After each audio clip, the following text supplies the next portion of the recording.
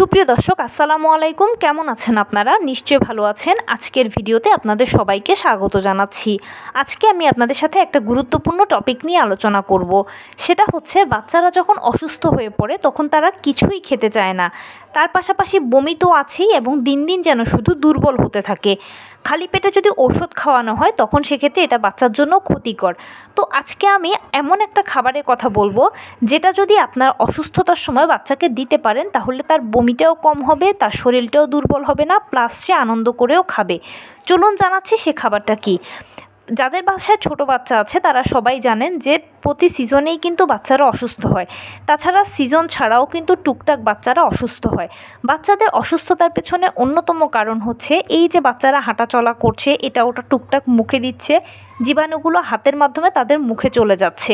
এছাড়াও দেখা যায় যে এইসব বাচ্চারা বাহিরে খেলাধুলা করে বন্ধুবান্ধবের সাথে, সেই সব সময় হয় কি যে অন্যান্য বাচ্চারা যদি অসুস্থ থাকে তাদের টাচ লাগলে বা তাদের সাথে যখন দেখা যায় যে তারা ছুলো মিশলো তখন ছোঁয়াছুঁই তারা অসুস্থ হয়।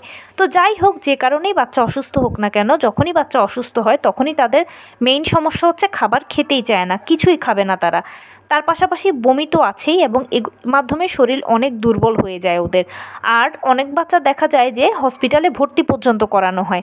কিন্তু এমন একটা খাবার আপনি যদি তৈরি করে বাচ্চাকে দেন, যে খাবারটা খেলে বাচ্চার শরীর দুর্বল হবে না, বাচ্চা দ্রুত সুস্থ হবে, বমিও হবে না এবং বাচ্চা আনন্দ করেও খাবে। তো চলুন জানাচ্ছি সে খাবারটা কি।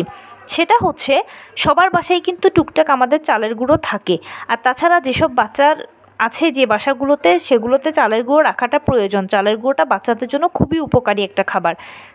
আধা কেজি পানির মধ্যে চালের গুঁড়ো 1 মুঠ নেবেন, তার পাশাপাশি 1 মুঠ চিনি নেবেন এবং 3 আঙ্গুলের মাথায় 1 চিমটি লবণ নেবেন। আবারও বলছি, আধা কেজি পানির মধ্যে 1 মুঠ চালের গুঁড়ো নেবেন, 1 মুঠ চিনি নেবেন, চিনি না থাকলে 1 মুঠ গুঁড়ো নিতে পারেন, 3 আঙ্গুলের মাথায় 1 চিমটে লবণ নেবেন এবং এটাকে খুব ভালো করে নেড়ে চেড়ে মিশবেন যেন এটার মধ্যে কোনো লাম্পস বা কোনো দলা না থাকে। এরপর এটাকে চুলায় বসাবেন। চুলায় বসানোর পরে আপনি যদি চান যে খুব শক্ত করতে বা ঘন করতে সেটাও পারবেন, আর যদি চান যে না একটু পাতলা রাখবো তাহলে পাতলা রাখতে। সে মতে আপনি এটাকে রান্না করবেন, পাতলা বা ঘন যেরকম আপনার ইচ্ছে বা বাচ্চার বয়স যতটুকু সে অনুযায়ী। এই খাবারটা ঠান্ডা করে আপনি বাচ্চাকে একটু একটু খাওয়াবেন।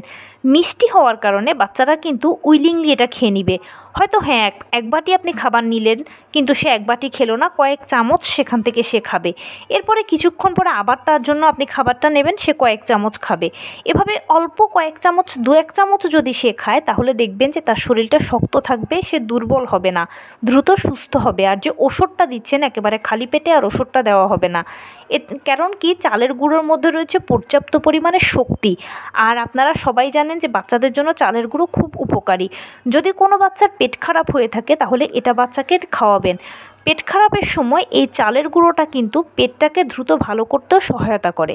তাই অবশ্যই এটা ট্রাই করবেন, ইনশাল্লাহ 100% সুফল পাবেন। তো এই ছিল আজকের ভিডিও। কেমন লাগলো বলুন? যদি ভালো লেগে থাকে ও হেল্পফুল হয়ে থাকে তাহলে প্লিজ লাইক, কমেন্ট, শেয়ার করতে একদম ভুলবেন না। আর সেই সাথে আমার চ্যানেলটিকে সাবস্ক্রাইব করার বিনীত অনুরোধ রইল। পাশে থাকা বেল আইকনটি ক্লিক করে দেবেন যেন আমি ভিডিও আপলোড করার সাথে সাথে আপনারা নোটিফিকেশান পেয়ে যান। যদি কোনো প্রশ্ন থাকে কমেন্টসে জানাবেন, আমি রিপ্লাই দেব। প্লাস যদি কোনো পরামর্শ থাকে যে কোন বিষয়ের উপরে ভিডিও বানালে আপনারা উপকৃত হবেন সেটাও জানাবেন। আমি আপনাদের পছন্দের সর্বোচ্চ প্রায়োরিটি দেব। ভালো থাকবেন, সুস্থ থাকবেন। আসসালামু আলাইকুম।